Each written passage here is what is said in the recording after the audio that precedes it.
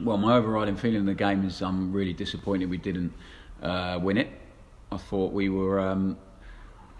controlled the game, even when it was 11v11. They had 11 men. We completely controlled the game. We created some really good chances. Started the game really well. And then obviously we get the penalty, which was a big moment in the game, and miss it. And even after that, we regained composure, playing against 10 men. It's not always easy. And I thought, we'd go on and we created lots of chances. We should have scored a couple of goals, and we didn't. And I said at half time, the only way they can score is a counter attack and set piece. You stop the counter attack, no problem. They did that. They were great at it. And if you switch on at set pieces, that's it. Don't give silly free kicks away. And if we give a free kick away, you've got to deal with it. These are the big moments in football that top players deal with, and unfortunately we didn't deal with it. So I'm angry at that. I'm disappointed at that because their performance deserved a lot more. And I don't want to see that again. It's as simple as that. They don't want to see that. I don't want to feel that way where we play so well, there's so many positives, but we end up losing 1-0. So big moments in games, defined games, and we didn't do well enough in them. We had more than enough chances to win a game of football. We had more than enough big moments in front of the goalkeeper, and we didn't take them, and they did. Matthew Sorinola, I thought, had a great afternoon for you. You asked for the youngsters to make that step up, and I think he certainly was one of those players who did it. Yeah, Matty was great. I think with any young player that you're going to have some really good moments mixed in with some not so good moments. I think with Matty, he just needs to believe in himself as much as we do, as much as we believe in him. I thought he got better as the game went on. I thought he grew into the game, and I thought he done great. So was really pleased with him. I think John Freeman as well, playing in a position it's not natural to him. I thought he was excellent, and he has to learn from the set piece that they score from. But credit to these guys, and they listen to every bit of work we do. They're part of every bit of work we do. They take in the detail, they learn quickly, and that's why they get their opportunities. Like today, they earn their opportunity and then they have to take it. And both of them, I thought, done great. But they need to, like the rest of the team, they need to make sure that in the defining moments of the games that they need to be really top. That's what separates the best players from the others, is that in these moments they can perform their actions cleanly, with confidence, with conviction, when everyone around them is feeling completely different. So that's where we're at. I thought they both done really well, and both gave themselves a lot of credit in the bank with us, but still we lost the game, and ultimately that unfortunately overrides any feel-good factor I had from the afternoon at the moment. Do you think the strikers just lacked a little bit of sharpness in front of goal? Obviously you said there were some. You had the chances to probably win the game. Yeah, I think Sam and Carlton are both disappointed with not scoring. Of course, they had the chances. I think the positive for me is we created a lot of chances. We looked really dangerous. We moved the ball really well. The guys were really positive. Even when they had 11 men, we completely dominated the game, controlled the game. They had to work really hard, Coventry. And when you've worked a team that hard, especially when they're down to 10 men, you have to take a chance. If we scored a penalty, it's a completely different game. We're sitting here feeling a completely different way. But as I've said, we didn't. And we now need to make sure that if this happens again and we're in complete control, we need to put the ball in the net. It's as simple as that. And the guys need to keep working hard, keep sharpening up in training, keep sharpening up in and around what they're doing and around the box, and it's up to us to make sure we do that with them. But ultimately, nothing can replicate being in front of the goalkeeper from 5 yards out, which we've had chances doing today. Nothing can replicate the feeling they get in front of goal. So we have to manage any anxiety or tension they had. And to be honest, I can probably, if there's one game where you can forgive them for feeling that, it's probably today, their first competitive game in so long. But they have to move on and learn quickly and make sure that we all improve for the next game. Are you going to look at rotating a little bit more for Tuesday night, or is it going to be a case of a similar sort of batch of players available to you? I think we haven't got a huge amount of numbers available. What we will have is Regan pull back, Warren O'Hora back, so that's going to be important. I think we have to manage players' minutes at the moment because the games come thick and fast, and ultimately the game that everyone is really gearing up for is next weekend. These two games are important. I wanted to win them, of course I do. So that's why today hurt so much and is so disappointing. But we need to manage players cleverly on a smaller squad than before. We need to make sure everyone stays in in good condition and as ready as possible. So we will be adding a few to Tuesday. There'll be a couple of changes, but we haven't got that many to make. So there'll be as many as we can do, and we have to manage people and be sensible. What's the situation with Ben Gladwin? Obviously, he wasn't in the squad at all today. Yeah, really disappointing because he's been great throughout pre-season, but he got a knock in training yesterday, so we have to have a look at that. So hopefully we'll get the results of that in the next couple of days. He's been assessed by Simon. We need a couple of days just to let it settle down.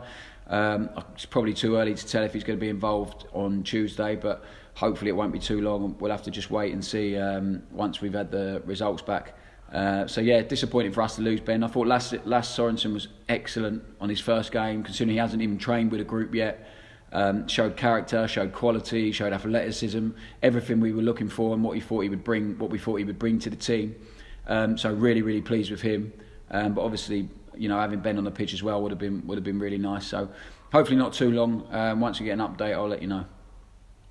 I don't know if you touched on it there, David Kasuma. You've given him, I don't know whether or not we should read too much into squad numbers and stuff, but you've given him, the number 8 shirt, and for a guy who came into the squad somewhat as a bit of a surprise last season, he looks like he's really starting to take the ball by the horns now. Yeah, David, I asked him if he wanted a number 8 shirt. It was available. I said, do you want it? He said, yep, 100%. He's a big enough personality to take it. He's one of the... Dave can be anything he wants to be, really. In terms of modern day footballer, he has a bit of everything. He's seriously athletic. His mentality is great. He trains hard every day. We just need to make sure we polish off the rough edges that he has. And he's getting better and better all the time. And he's come back in incredible condition, worked hard technically over the long break that we had. And when someone comes back with that mentality and that intent, then it shows you they're ready. They're ready to step up. And as I said last year, we had to manage him in certain games. He played certain ones, he didn't play in others. But he's really matured really quickly. He's really developed really quickly. And he listens, he learns.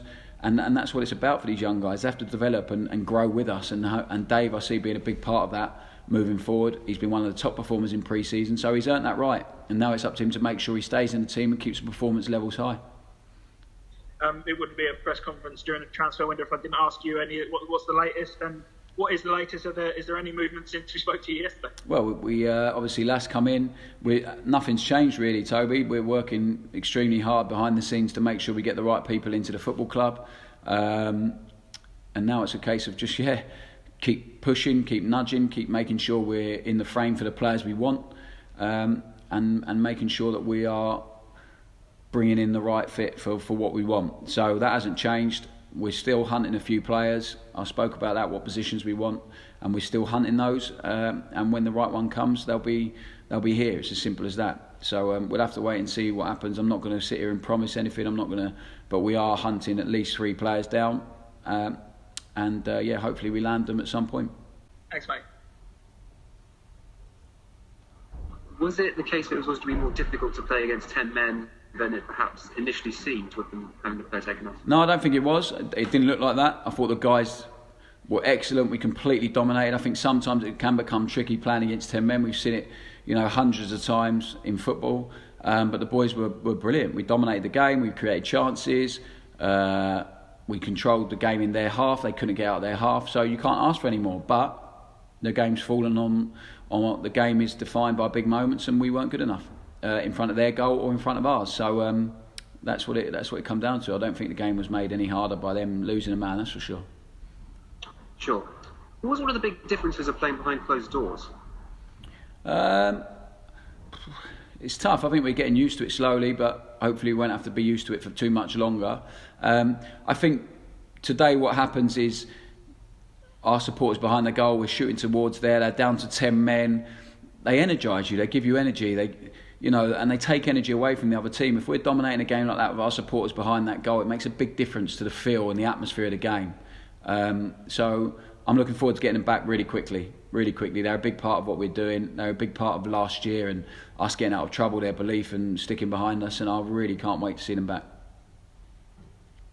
Okay, thanks, Russell. No problem. Hi, Russ. I just wanted to talk about John Freeman. youth academy guy. He missed pretty much all of last year with an injury. How impressed have you been with him, not only today, but in pre-season? Well, I think the fact he played today shows how well he's done in pre-season. John is... he keeps on surprising people. He keeps on surprising us. He's seriously resilient. So his mentality is fantastic, and every knock he gets, every bit of criticism he gets, he had a big injury, he just bounces back from. He's got fantastic resilience, which you need to perform at this level, and he's earned the right to play today. He played out of position, as I said. I thought he was excellent. And that's why I'm not going to criticise his role in their goal or anything like that, because I thought he was superb. He showed confidence, showed conviction, showed belief in himself, in what we're doing.